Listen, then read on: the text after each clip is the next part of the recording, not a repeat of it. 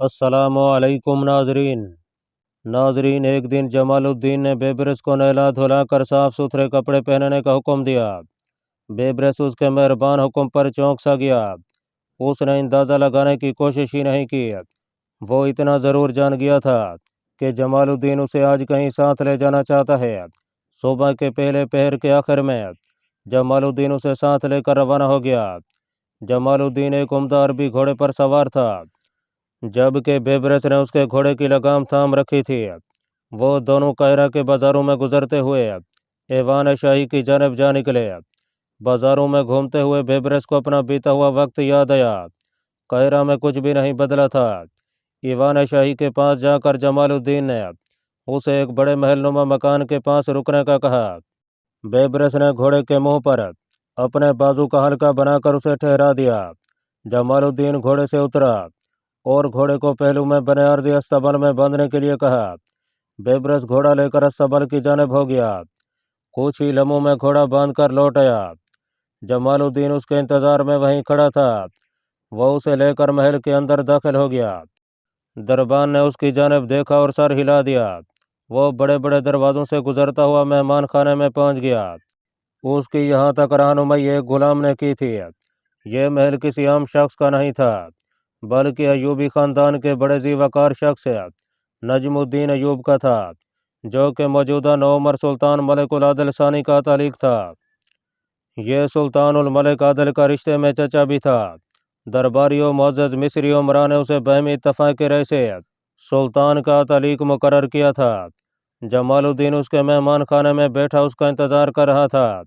कुछ लम्हों बाद नजमुद्दीन अयूब मेहमान खाने में दाखिल हुआ तो जमालुद्दीन उसके इस्तकबाल में उठ खड़ा हुआ। सलाम व दुआ के बाद नजमुद्दीन अयूब ने उससे इस्तफसार किया, कैसे आना हुआ जमालुद्दीन मराही। अमीर मोहतरम, जमालुद्दीन ने रिवायती अंदाज में तमहीद बांधी। अल्लाह ताला आपकी शान और मर्तबा बुलंद फरमाए और जाहो जलाल हमेशा बरकरार रहे। मैं खसूसी मुलाकात के लिए हाजिर हुआ था। ठीक है, बात मुख्तसर करना। नजमुद्दीन को उसका खुशामदी रवैया नागवार लगा। मैं पिछले दिनों दमिश्क गया हुआ था। हाँ, मैंने तुम्हारी वो सफारत वाली दस्तावेज देख ली है जो तुम लाए थे। क्यों, ऐसी कोई बात रह गई है जो तुम उसमें तहरीर नहीं कर सके? नजमुद्दीन अयूब ने उसकी बात बीच में ही काट दी।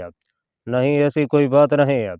मैं उस सफारत के मुतालिक कोई बात करने हाजिर नहीं हुआ, बल्कि एक उम्दा और लाजवाब तोहफा आपकी नज़र करने आया हूँ। जमालुद्दीन जल्दी से बोला। उसे खदशा था कि नजमुद्दीन बात का रुख किसी और जानब न फेर दे। नजमुद्दीन ने उसके चेहरे की जानब गौर से देखा। क्या लय हो, ये सरकेशी गुलाम, जिसकी खूबियाँ आप देखने के बाद मुझे याद किए बिना नहीं रह पाएंगे। जमालुद्दीन ने बेबरस की जानब इशारा किया, जो कि उसके पहलू में मुअद्दब खड़ा था। मैं जानता हूँ कि आपको मेरी बात पर हैरत हुई होगी। आपका हैरान होना भी वजह है, लेकिन यह कोई मामूली गुलाम नहीं है। इसमें ख़ास बातें पोशीदा हैं जो जनाब की निगाहें जल्द ही जान जाएंगी। बेबरस जमालुद्दीन का मुंह देख रहा था कि वो क्या कह रहा है। उसके ख्वाब में भी नहीं था कि जमालुद्दीन इस हद तक पस्ती में गिर जाएगा कि उसे बेचकर उसकी कीमत बटोरेगा। नजमुद्दीन अयूब ने निगाह उठाकर बेबरस की जानब गौर से देखा। इसके बाद उसकी निगाहें जमालुद्दीन के चेहरे पर गड़ गईं। वो तेज़ लहजे में बोला, अपना मफाद बयान करो। ये क्या कह रहे हैं आप? जमालुद्दीन खज्जल सा होकर रह गया था। बात को दाएं बाएं घुमाने की ज़रूरत नहीं। मैं तुम्हारे चेहरे को अच्छी तरह पढ़ रहा हूँ कि तुम्हारे दिल में क्या है, इसलिए जो बात दिल में लिए यहाँ आए हो वो कह दो। नजमुद्दीन की ज़माना शनास निगाहें उस पर जमी थीं। वो बात कुछ ये थी कि जमालुद्दीन निगाहें झुकाए लफ्ज़ों को तरतीब देने की कोशिश कर रहा था। मेरा बड़ा बेटा फुरकानुद्दीन अब इस काबिल हो चुका है कि उसे किसी ओहदे पर लगाया जा सके। मैं चाहता था कि आप उसे काजी उल कज़ात या सीगा एहतसाब में साहिब दीवान लगाने का नामा जारी कर देते। वो खुद ही खामोश हो गया। काजी उल कज़ात या सीगा एहतसाब ही क्यों? नजमुद्दीन अयूब ने कड़े लहजे में पूछा। वो तो यूं ही मुंह से निकल गया। जमालुद्दीन गड़बड़ा सा गया। मैं अच्छी तरह जानता हूँ कि तुम जैसे लोग अदल इंसाफ में डंडी मरते हैं और गुरबा के हकूक़ गज़ब कर लेते हैं, बेईमानी और लूट मार की दुकान खोलना चाहते हो और मुझी से इस कार गलत की इजाज़त मांगते हो। मेरे हाथों से गलत काम करवाने चले आए। नजमुद्दीन अयूब गरज उठा। उसकी आवाज़ फरते जोश से पूरे मेहमान खाने में गूंज रही थी। बेबरस जमालुद्दीन का मकसद जानकर जहां तड़पा था, वहीं उसके साथ होने वाले सलूक को देखकर ज़ेरे लब मुस्कुराता रहा। आप न सिर्फ मेरे बारे में गलत अंदाज़ा लगा रहे हैं, बल्कि मुझ पर इल्ज़ाम भी थोप रहे हैं। मैं ये बर्दाश्त नहीं कर सकता। जमालुद्दीन बरह रास्त हमले को बर्दाश्त नहीं कर पाया और तड़क कर बोला। उसका चेहरा गुस्से से तप रहा था। ये बनावट मेरे सामने ना ही करो तो अच्छा है जमालुद्दीन। तुम जैसे लोगों की रम से मैं बखूबी वाकिफ हूँ। नजमुद्दीन अयूब ने तंज की। साथ ही उसने अपने गुलाम को इशारा किया। इशारा पाते ही गुलाम वहां से चला गया। कुछ देर बाद लौटा तो उसके हाथ में एक बड़ी सी किताब और एक कलमदान था। नजमुद्दीन ने किताब अपनी गोद में रखकर उसमें से एक कागज़ निकाला और उस पर तेजी से कुछ लिखने लगा। कुछ ही लम्हों में उसने तहरीर की एक दूसरी कॉपी बना डाली। जमालुद्दीन उसकी जानब देखते हुए बेचैनी से पहलू बदलता रहा। ये लो, अपना गुलाम भी ले जाओ। हुजूर, गुलाम तो मैंने आपको नज़र किया है और मैं नज़र की हुई चीज़ें वापस नहीं लिया करता, चाहे मेरी उस फरीक से सलाह हो या झगड़ा। जमालुद्दीन नामा पाकर तेजी से बोला। उसके दिल में नामा मिलने की खुशी में गुदगुदी सी होने लगी। क्या नाम है तुम्हारा नौजवान? बेबरस बंद कदारी। बेबरस ने अचानक उसका रुख अपनी जानब मुड़ते देखकर जवाब दिया। कहाँ के रहने वाले हो? किपचाक का? तातारी हो? नहीं, तुर्क हो? तलवार चलाना जानते हो? जी हाँ, तातारियों से सीखी है। अगर तुम्हारी सलाहियतों का इम्तिहान लिया जाए तो। नजमुद्दीन उससे बात करने के दौरान कोई ख़ास बात महसूस कर रहा था। तलवार थामे एक तवील ज़माना गुजर गया है। कुछ दिन की मोहलत ज़रूर चाहूँगा। तुम में जुर्रत भी है और साफ गो भी हो। तुम काम आ सकते हो। नजमुद्दीन ने अपने गुलाम की जानब देखते हुए कहा। इसे साथ ले जाओ और इसकी मंशा के मुताबिक मोहलत दो। जब यह मुकम्मल तैयारी महसूस करे तो हमें खबर देना। मैं खुद इसका इम्तिहान लूँगा। नजमुद्दीन ने जब सवालिया निगाहों से जमालुद्दीन की जानब देखा तो वो तेज़ी से उठ खड़ा हुआ और सलाम करता हुआ बाहर निकल गया। उसके रुखसत हो जाने पर नजमुद्दीन अयूब उठा और मुस्कुराता हुआ महल के अंदर लौट गया। नाजरीन, कोई नुकीली सी चीज़ मतीउद्दीन को अपने पहलू में चुभती हुई महसूस हुई। उसने गैर इरादी तौर पर उसे पीछे हटाना चाहा, मगर वह मुसलसल अपनी जगह पर कायम रही, बल्कि उसमें दबाव बढ़ता गया। चुभन दर्द में बदल गई तो मतीउद्दीन तड़प उठा। उसने यकदम आंखें खोल दी। वो अपने बिस्तर में ही था। उसने तेजी से पहलू में चुभने वाली चीज़ की तरफ देखा तो उसे नेज़े की चमकती हुई अन्नी दिखाई दी। उसने तेजी से निगाह उठाई तो उसे अपने सामने तीन कवि हिकल और खूंखार मगोल चेहरे दिखाई दिए।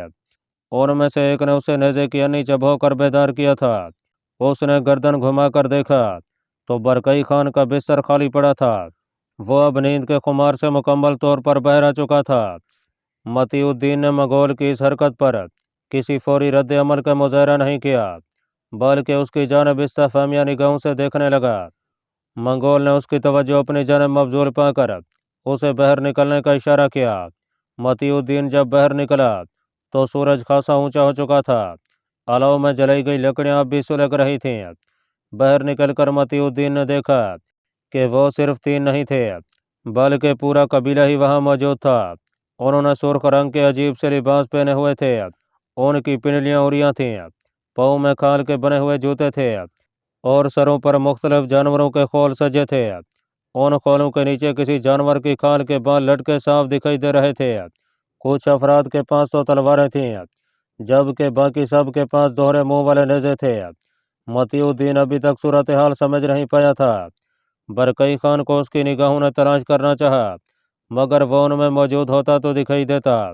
मतीउद्दीन की निगाह दूसरी तरफ पड़ी तो वहाँ एक बड़े खोल की टोपी पहने एक मंगोल बड़ी बेदर्दी से गोश्त के बड़े टुकड़े पर दांत गाड़ रहा था। गोश्त का टुकड़ा उसके हाथों में देखकर उसे याक का ख्याल आया। उसने तेजी से अलाव की जानब नजर फेरी तो वहां हड्डियों के ढांचे के सिवा उसे कुछ न मिला। वह बरकई खान का शिकार किया हुआ याक खा गए थे। तुम कौन लोग हो और ये क्या बदतमीजी है? मतीउद्दीन तेज आवाज में बोला। ततारी बोलता है, उनमें कोई बोला। हाँ, बड़े पत्थर पर बैठा हुआ मंगोल जो उनका सरदार था जोर से हुनकारा। शक्ल से तो अरब लगता है, ततारी बोल रहा है। खैर तुम्हें मालूम नहीं कि यह इलाका हमारा है और किसी को यहाँ आने की इजाज़त नहीं है। मुझे मेरा दोस्त यहाँ लाया है और मुझसे ज़्यादा इन इलाकों को जानता है, क्योंकि वो यहीं पला बड़ा है। मतीउद्दीन के चेहरे पर परेशानी के आसार नहीं थे। दिलेर लगते हो, सरदार दांत निकालता हुआ बोला। मगर तुम ये नहीं जानते कि सरकशी पहाड़ पर सिर्फ सुर्ख ही शिकार कर सकते हैं। किसी मकामी या मुसाफिर को यहाँ शिकार करने की इजाज़त नहीं है। तुमने न सिर्फ सुर्खों के कानून को तोड़ा है, बल्कि मुकद्दस याक को भी अपना निशाना बनाया है, जिसे शिकार करना अजीम गुनाह है। जंगली जानवर सिर्फ जानवर ही होते हैं, इनमें कोई मुकद्दस नहीं है और न ही कोई घटिया। सब को एक अल्लाह ही ने पैदा किया है, सब उसकी मखलूक हैं। तुम अपना ख्याल नहीं कर लो तो तुम्हें फ़ायदा होगा। मतीउद्दीन उसे समझाने लगा। मुसलमान है, इसका सर मैं लूँगा। एक ने ज़ोर से किलकारी लगाई। फिर क्या था, कोई उसकी खाल मांग रहा था तो कोई उसके बाल। उसके बदन के तमाम अज़ा वो बड़ी बेताबी से टटोलने लगे। मतीउद्दीन ने उन्हें हटाना चाहा तो एक ज़ोरदार घोंसे ने उसकी कुव्वत मुदाफ़ियत को यकदम तोड़ डाला। वो अपना पेट पकड़कर दोहरा होता चला गया। लम्हा भर में वो ज़मीन पर मुंह के बल जा गिरा। कई लातें एक साथ हरकत में आईं और उसके पेट पर बरसने लगे। रुक जाओ, इसे हम जलब गई में ले जाकर कुर्बान करेंगे। सरदार की आवाज़ पर वो यकलख्त रुक गए।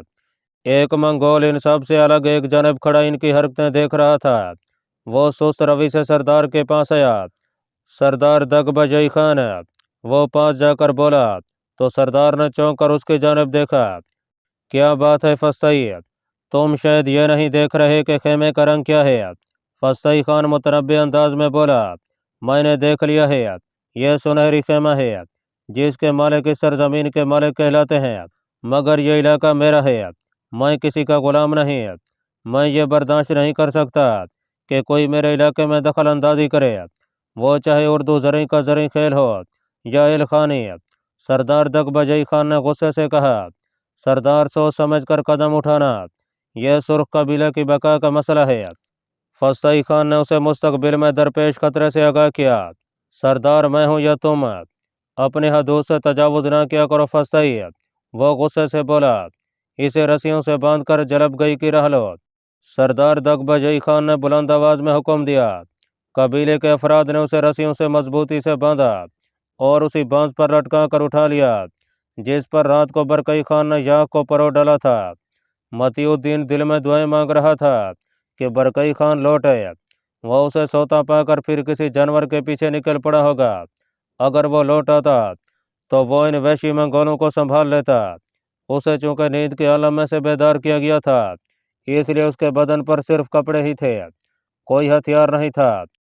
कोई हथियार होता तो शायद वो कुछ मजामत करने की कोशिश करता।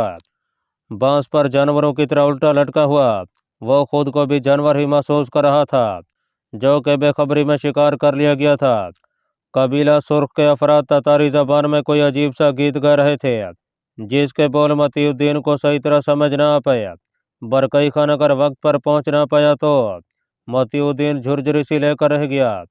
सुर्ख कबीले वाले उसकी तिक्का बोटी अलग करने के ख्वाब देख रहे थे। वो लम्हा दूर नहीं था कि जब वो उनकी बर्बरियत का शिकार हो जाता। करीबन निस्फ दिन तक मुसाफत का यह सिलसिला जारी रहा।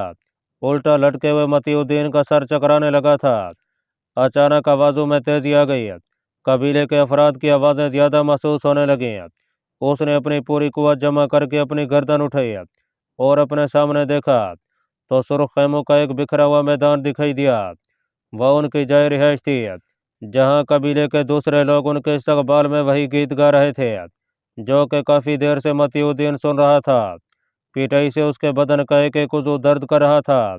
दूसरा, जब भी बांस को कोई झटका लगता तो उसकी सारी हड्डियां झनझना उठती। मुसलसल दोहरा बंधा रहने के बाद से उसका खाली मैदा बुरी तरह मुतासर हुआ था। दर्द की ठेसें जब नाकाबिले बर्दाश्त हुई तो उसकी निगाहों के सामने अंधेरा फैलने लगा। उसने बहती रह अपनी गर्दन को झटका, मगर बेसुध उसकी गर्दन एक जानब ढलक गई। नादरीन, जमालुद्दीन मराही बेहद मसरूर वापस लौटा था। उसने अपना असल मकसद हासिल कर लिया था। वो एक तीर से दो शिकार करके बेहद खुश था। एक जानब तो उसने फातिमा से बेबरस हथिया लिया था, तो दूसरी तरफ उसी को ढाल बनाकर उसने नजमुद्दीन अयूब से अपने नालायक बेटे के लिए आला ओहदे का मरासला हासिल कर लिया था। उसने घर में दाखिल होते ही बड़ी मुसरत से अपनी बीवी को यह खुशखबरी सुनाई। बीवी अपने शौहर का दमकता हुआ चेहरा देखकर फूले न समाई। इसी असना में उसका बेटा फुरकानुद्दीन भी वहां चला आया। उसने आते ही इतनी ज्यादा खुशी के बारे में इस्तफसार किया। जब उसे मालूम हुआ कि उसका बाप उसके लिए आला ओहदे का बंदोबस्त कर चुका है, तो वह भी सरशारी के आलम में उछलने लगा। पदर मोहतरम, फुरकानुद्दीन फरते मुसर्रा से अपने जज्बात दबाता हुआ बोला, आप अभी तक उस आला ओहदे को पोशीदा किए हैं, भला मुझे भी पता चले कि आपने अपने बेटे के लिए किस मुस्तकबिल का दरवाज़ा खोले हैं। क्यों नहीं? जमालुद्दीन मसीह के आलम में झूमता हुआ बोला, आखिर यह सब तुम्हारे मुस्तकबिल के लिए ही तो है, तुम्हें बताना तो अशद ज़रूरी होगा। यह कहकर उसने अपने जुब्बे में हाथ डाला और कागज़ का लिपटा हुआ सुनहरा रोल उसकी जानिब बढ़ा दिया।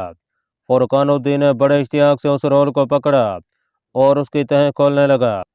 कागज़ खुलते ही उसकी निगाहें तहरीर पर फिसलने लगीं।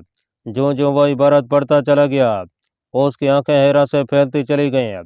जमालुद्दीन अलमरही उसके चेहरे के उतार चढ़ाव को देखकर माजूद हो रहा था कि उसने अपने बेटे के लिए वो हाथ मारा था जिसे सुनकर दूसरे लोग एक बार तो दांतों में उंगलियां लेने पर मजबूर हो जाते। ये क्या मजाक है? फुरकानुद्दीन बिगड़ कर बोला। उसका लहजा खासा जारहाना था, जिसे जमालुद्दीन ने फौरन महसूस किया। उसने हकारत से मरासला को फर्श पर फेंक दिया। जमालुद्दीन कीना तोज निगाहों से उसे देखता हुआ आगे बढ़कर नीचे झुका और मरासला उठा लिया। उसने मरासला को पहले तो अच्छी तरह से झाड़ा, फिर उसकी निगाहें कागज पर मौजूद तहरीर पर फैलने लगीं। जो जो तहरीर का मफहूम उसके दिमाग में उतरता चला गया, तो उसका चेहरा तेश व इस्तजाब से करख्त और सुर्ख होता चला गया। कुछ ही लम्हों में वो गुस्से की शिद्दत से चीखने लगा। यह मरासला किसी आला ओहदे की सिफारिश नहीं था, बल्कि काज़ी-उल-क़ज़ात के नाम एक सादा सा पैगाम था कि मरासला के हामिल जमालुद्दीन मराही के होनहार फर्जंद फुरकानुद्दीन की कड़ी आजमाइश की जाए और उसकी काबिलियत को हर लिहाज से परखा जाए और इसके मुताबिक उसके लिए किसी भी ओहदे की सिफारिश की जाए। इस ज़मान में जमालुद्दीन के शाही मरातब को मलहूज़ खातर न रखा जाए। काज़ी-उल-क़ज़ात को ख़ुसूसी हिदायत की गई थी कि वह आदाब शाही की बजावरी में मगन होने की बजाय अदल व इंसाफ से काम लें। नजमुद्दीन अयूब, तुम्हें यह मजाक बहुत महंगा पड़ेगा। जमालुद्दीन दांत पीसता हुआ ज़ेर लब गुर्राया। फुरकानुद्दीन ने जब अपने बाप के तेवर देखे, तो उसने वहां से खिसकने में ही अफियत समझी। उसने राह फरार इख्तियार करने में ज़रा भी तामुल नहीं किया था। मुमकिन था कि चंद लम्हे कबल उसने जिस एहतजाया रद्द अमल का मुजाहरा किया था, उसका खमियाजा उसे भुगतना पड़ जाता। जमालुद्दीन बेबसी के आलम में महज मुठ्ठियाँ भरता रह गया। उसकी बीवी भी हालात की नज़ाकत को मद्देनज़र रखते हुए बाहर निकलने लगी, तो जमालुद्दीन ने उसे फ़ौरन अपने ख़ास गुलाम अबी जरीदा को हाजिर होने का हुक्म सुनाया। वो महज अपनी गर्दन असबात में हिलाकर रह गई। क्या हुआ मेरे आका? जमालुद्दीन मराही गहरी सोच में डूबा हुआ था। उसकी आवाज़ सुनकर चौंक पड़ा। उसने निगाहें उठाई तो उसके सामने एक औसत कामत कड़ियल सियाफाम मौजूद था। आओ इधर बैठो, जमालुद्दीन तहकुमाना लहजे में बोला। अभी जरीदा खामोशी से उसके सामने दो जानू बैठता चला गया। जमालुद्दीन कमरे में मौजूद ऊंची नशिस्त संभाले हुए था। अभी जरीदा उलझी निगाहों से अपनी तलबी के बारे में मुंतजिर था। जमालुद्दीन ने एक गहरा सांस लेते हुए गंभीर लहजे में अपनी बात का आगाज किया। आज एक दरीना हमदर्द ने हमारे साथ मकरो फरेब किया है। उसने अपने रुतबे का नाजायज इस्तेमाल करते हुए अकब से वार करके हमारी गैरत और इज्जत को ललकारा है। वो तो हमारा मुकद्दर अच्छा था कि बर वक्त हकीकत का हाल खुल गया, वरना हमें किस कदर ख्वारी का सामना करना पड़ता, वो शायद हम भी सही तरह नहीं जानते। वो मकार धोखाधड़ी के अंजाम से शायद वाकिफ नहीं है। अभी जरीदा अभी तक खुद को उलझा उलझा महसूस कर रहा था। वो इस्ताफामिया लहजे में बोला, मैं अभी तक आपके मफहूम को सही तरह समझ नहीं पाया हूँ। ज़रा खुल कर बताइए, ऐसा कौन सा बदबख्त है जो आपके साथ धोखाधड़ी का मुर्तकिब हुआ है? किसकी मत मारी गई है जो आपकी राह में रोड़े अटकाना चाहता है? जमालुद्दीन उसकी बात सुनकर धीमा सा मुस्कराया। इस मुस्कुराहट में पहले जैसा दमखम नहीं था। खोखलापन या सीसियत बेनकाब हो रही थी। उसने अभी जरीदा को मुख्तसरन हालात की नोयत से आगाह किया। कुछ ही लम्हों में अभी जरीदा मामले की तह तक पहुंच चुका था। मेरे आका, अब आप क्या चाहते हैं? सज़ा, बल्कि खौफनाक तरीन सज़ा, जो नजमुद्दीन अय्यूब को बाकी उम्र तक याद रहे। मेरे पास दो किस्म की तजावीज़ हैं जिनसे मुमकिन है कि आपकी अनायत को तस्कीन मिल सके और आपका दरीना हमदर्द हजीमत उठाए। मैं दोनों तफसील से सुनना पसंद करूँगा। जमालुद्दीन अलमराही के चेहरे पर यकदम बशाशत फैल गई। वो कदरे नीचे झुकते हुए सर तपाए गोश हो गया। नाजरीन, बरकई खान वापस खेमे पर लौटा तो उसकी निगाहें हैरत से फैलती गईं। खैमा के अतराफ कोई और ही कहानी सुना रहे थे। उसने तेजी से कंधे से कोई चीज़ ज़मीन पर फेंकी और पहलू में मौजूद खंजर निकाल कर मजबूती से पकड़ लिया। वो मोहतात कदमों से खेमे की जानिब बढ़ रहा था। खेमे के बाहर याक की हड्डियां बिखरी पड़ी थीं। चौपान पर मौजूद याक का पिंजर उसका मुंह चिढ़ा रहा था। सूरज बादलों के अकब में छुप चुका था और हल्की हल्की बर्फबारी शुरू हो चुकी थी। बरकई खान पूरी तरह चौकस था। वो धीरे धीरे कदम जमाता हुआ खेमे के बिल्कुल करीब पहुंच गया। उसकी तवक्को के मुताबिक खेमे में कुछ नहीं था। मतीउद्दीन की तलवार और खंजर एक जानब गिरे हुए थे। उसका जुब्बा भी खेमे की कमानी पर लटक रहा था। बरकई खान को सूरत हाल समझने में कोई मुश्किल नहीं हुई। मंगोलों का कोई गिरोह वहां वारद हुआ होगा और उसने मतीउद्दीन को गिरफ्तार कर लिया होगा। यकीनन वो नींद के आलम में होगा, इसलिए उसकी अशिया उसके बदन पर नहीं थीं। बरकई खान ने खंजर पहलू में वापस रख दिया और खेमे से बाहर निकलकर चौपान की जानिब बढ़ा। याक पर 1 इंच भी गोश्त बाकी नहीं बचा था। उसने चौपान का अच्छी तरह जायजा लिया। इसके बाद वो ज़मीन पर गिरी हुई हड्डियों की जानिब मुतवज्जे हुआ। बरकई खान एक एक हड्डी उठाता और उसे तमाम जावियों से देखता रहा।